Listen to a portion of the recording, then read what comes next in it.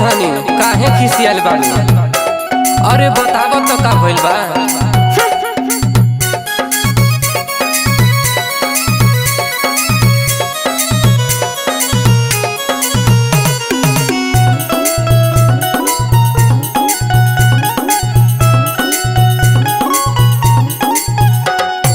घर के ना एको करेलू काम काज हो, बोला कौने कारण इतना बाड़ू नाराज हो। घर के ना एको करेलू काम काज हो, बोला कौने कारण इतना बाड़ू नाराज हो। कहेला तू मुँह फुलौले बाड़ू हमारानी, कहेला तू मुँह फुलौले बाड़ू हमारानी।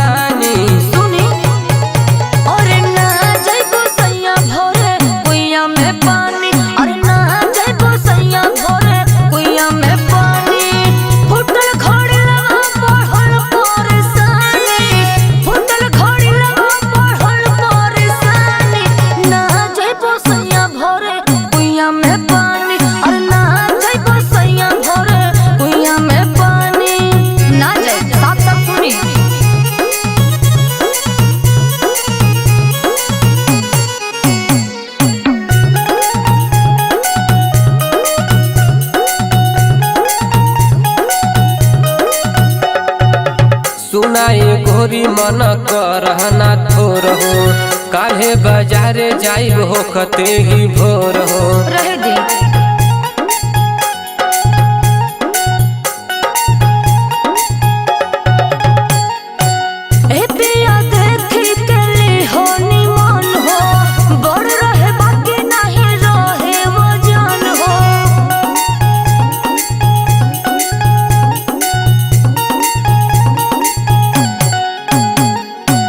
सुनाए गोरी मन करना थोर हो, काल्हे बाजारे जाइब हो कते ही भोर हो।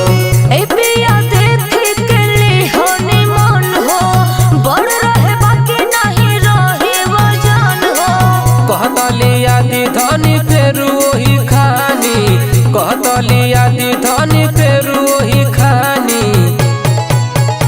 और ना जाइबो सैया भोरे कुइया में पानी,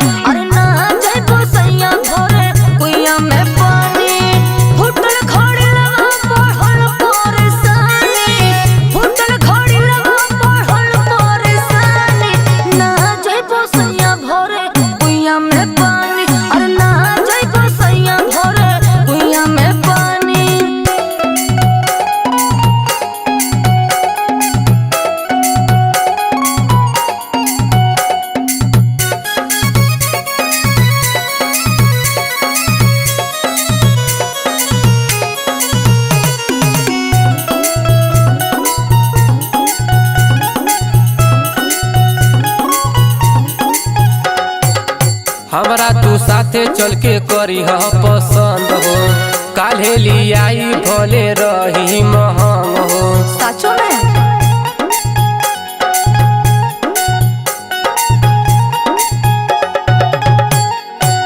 धनी रस से कहीं कितना अपन कलेस हो, अंजलि के दुख तो नहीं बुझा राकेश हो।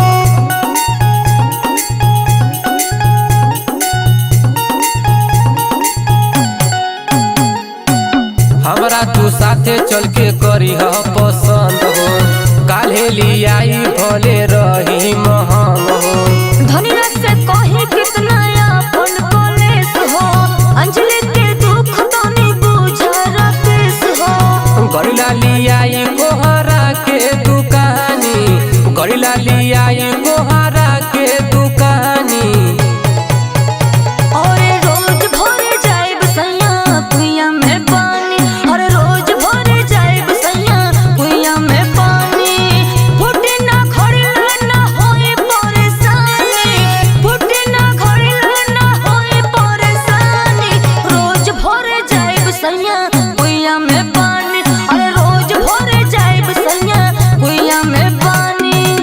अब देखत का बानी चली।